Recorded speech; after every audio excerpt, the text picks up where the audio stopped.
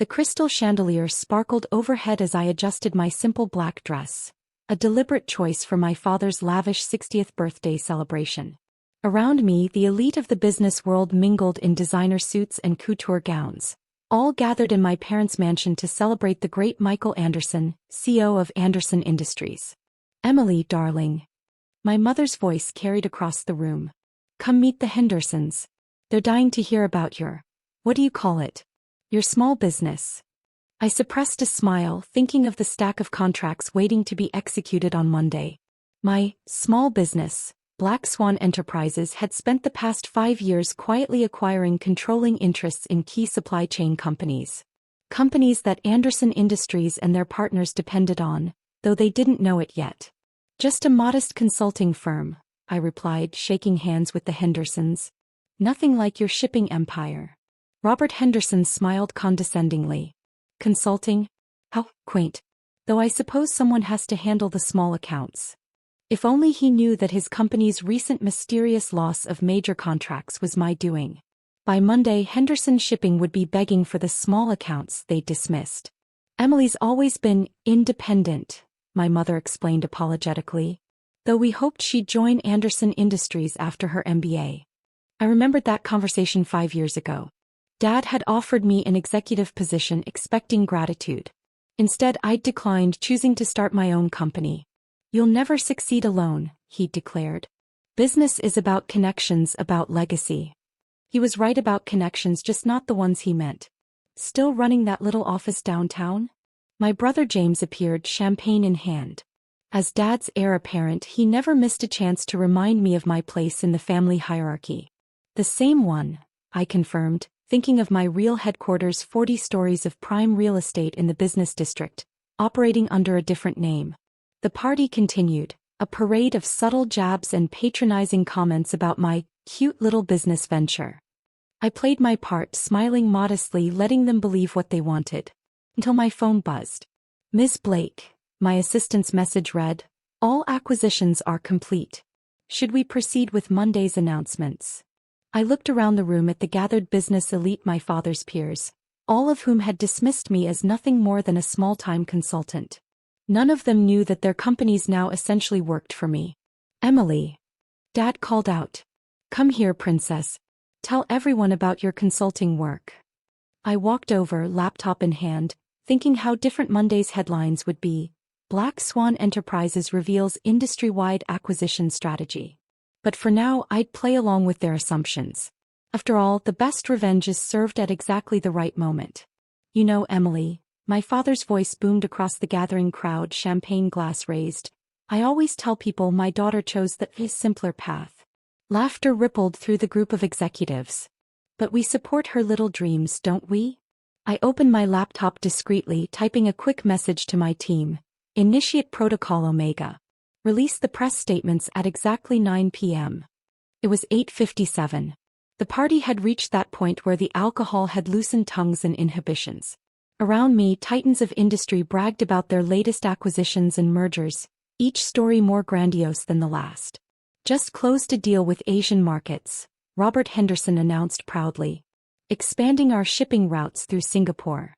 I smiled, knowing those routes now secretly belonged to Swan Enterprises. They just didn't know it yet.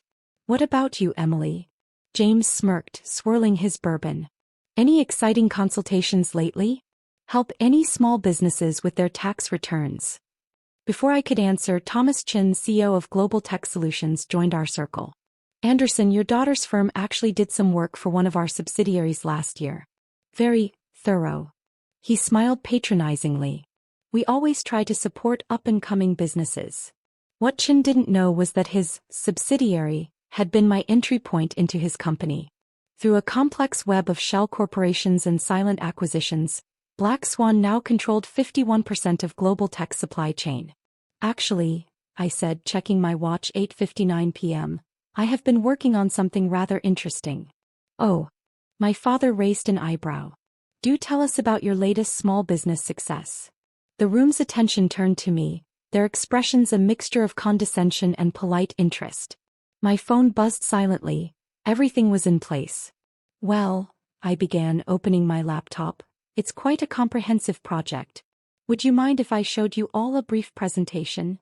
At my birthday party? Dad laughed. Really, Princess, this isn't a business meeting. Trust me, I smiled, connecting my laptop to the room's massive display screen. You'll want to see this. 9 p.m. The screen came to life, displaying the Black Swan Enterprises logo, a simple, elegant black swan against a white background. Simultaneously, every phone in the room began buzzing with notifications. Breaking news. Black Swan Enterprises reveals major industry shakeup. Mystery Corporation controls majority stakes in top supply chains. Wall Street stunned by massive strategic acquisition revelation. The room fell silent as the executives scrambled to check their phones. My father's glass slipped from his hand, shattering on the marble floor. As of 5 minutes ago, I announced to the stunned crowd, Black Swan Enterprises has revealed its controlling interests in 17 major supply chain companies, 32 logistics operations, and 46 key distribution networks. I clicked to the next slide, showing a complex web of interconnected companies. Companies that I believe most of you depend on. This is impossible, Henderson stammered, his face pale. Black Swan, we've never even heard of them. Haven't you? I smiled. We've been handling your small accounts for years. Through various subsidiaries, of course. Different names, different faces, but all leading back to one source. I gestured to myself. My little consulting firm was just the tip of the iceberg. James pushed forward, his face red with anger and alcohol. You're bluffing. There's no way you could have built an empire right under your noses? I clicked through slides showing acquisition details, corporate structures and financial statements. While you were all laughing at my small business, I was quietly buying controlling interests in the companies you can't function without. My father had sunk into a chair, his face ashen. The Singapore routes, he muttered. Are mine, I confirmed. Along with the European distribution networks, the Asian manufacturing hubs, and the American logistics chains. Everything you all dismissed as small accounts or minor subsidiaries, I bought them all. But the money, Chin interjected. The resources needed for acquisitions of this scale come from 5 years of strategic planning, careful investments, and yes, all those cute consulting jobs you threw my way. Every contract you thought was beneath you became my stepping stone. The room erupted in chaos as executives rushed to make calls, check contracts, and verify my claims. My phone buzzed continuously as news outlets picked up the story. Starting Monday, I continued over the commotion, all your companies will need to renegotiate their supply chain contracts. With me. I closed my laptop. Happy birthday, Dad. Sorry about upstaging your party. My mother had pressed herself against the wall, one hand over her mouth. James was frantically calling his lawyers. And my father just stared at me as if seeing me for the first time. You planned this, he whispered. All of it. The timing, the party. You taught me well, I replied. Business is about connections and legacy, remember? I just created my own. The aftermath of my announcement transformed my father's birthday party into an impromptu emergency board meeting. Executives huddled in corners, frantically calling their offices on a Saturday night.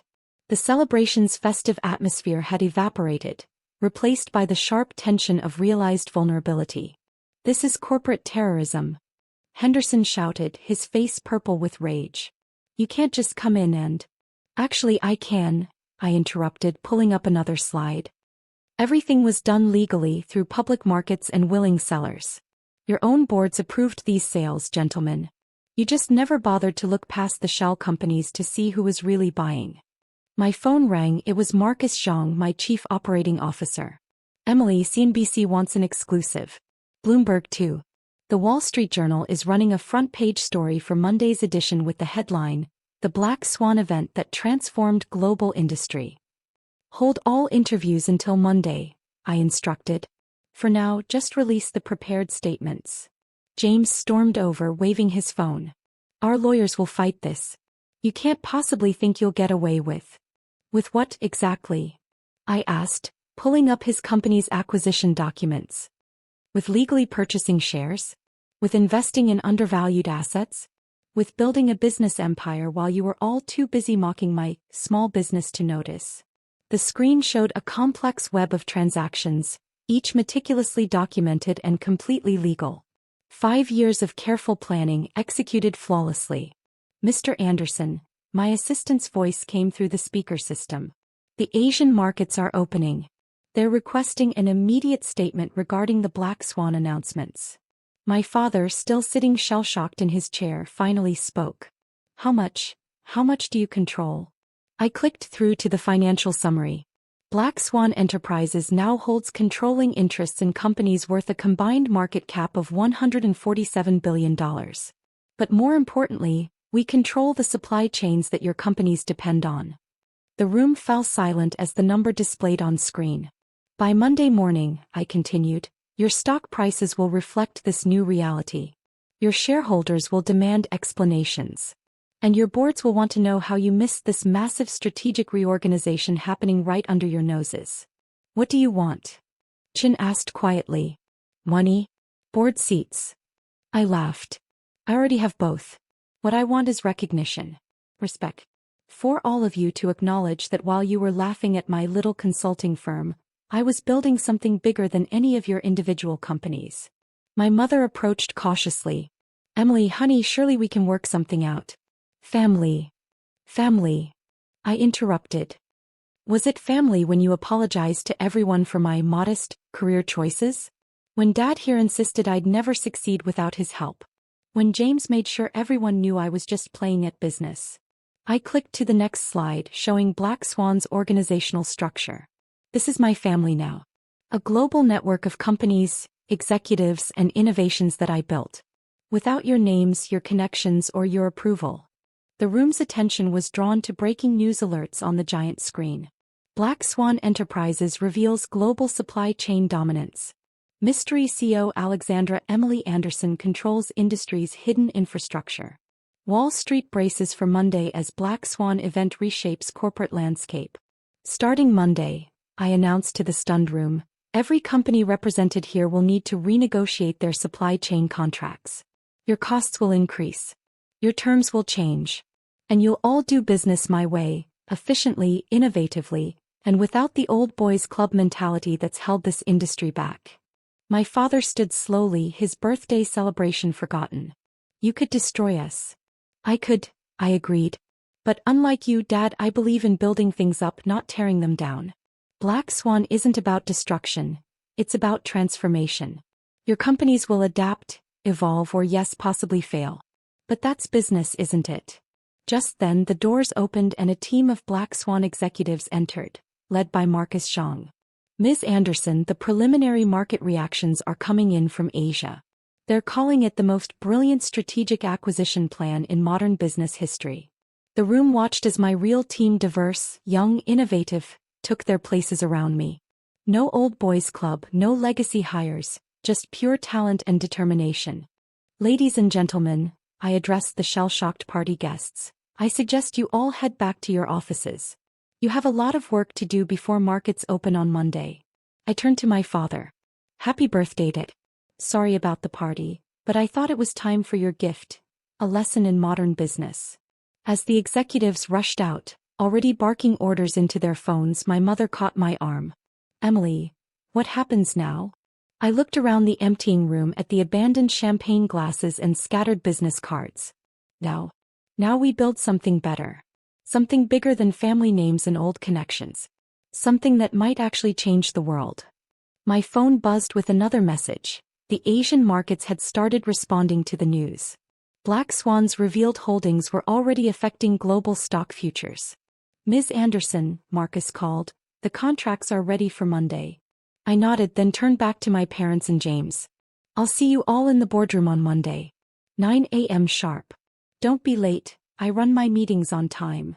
As I walked out with my team, I heard my father whisper to my mother, Our daughter owns us all. And for the first time in 5 years, I allowed myself to really smile. The small business owner had just become the biggest player in the game. Sometimes the best revenge isn't just success. It's rewriting the rules of success itself. The Black Swan had taken flight, and nothing in the business world would ever be the same. The following weeks transformed the business landscape. My father's 60th birthday party became legendary in corporate circles. The night when the old guard realized they'd been outmaneuvered by the very person they'd underestimated. Black Swan Enterprises headquarters buzzed with activity as we implemented our long-planned restructuring. Companies that had once dismissed us now waited anxiously in our reception area, hoping to secure favorable terms in the new order. 1 month after the announcement, I sat in my office reviewing the changes. Our efficiency measures had already increased productivity by 30% across the supply chain network. Stock prices had stabilized, with Black Swan emerging as a major market force. A knock at my door interrupted my thoughts. It was my father. "The board meeting's not until tomorrow," I said, not looking up from my reports. "I'm not here for the meeting," he replied, looking older than his 60 years. "I'm here to say something I should have said long ago." I finally met his gaze. "You proved me wrong," he continued. "Not just about business but about everything. The way you built this." He gestured to the empire around us. "It's revolutionary. And I'm proud of you." "Proud enough to learn from me?" I asked, sliding a document across my desk. "Because I'm looking for a senior advisor who understands old-school business but is willing to embrace new methods." He picked up the contract, eyes widening at the terms. "You trust me with that?" "Trust is earned," I replied. "Just like respect. Are you ready to earn both?" The sun set over the city skyline, casting long shadows across my office. The corporate world had changed, and with it, perhaps so could the relationships that had driven me to create this revolution in the first place. After all, even black swans can teach old birds new ways to fly.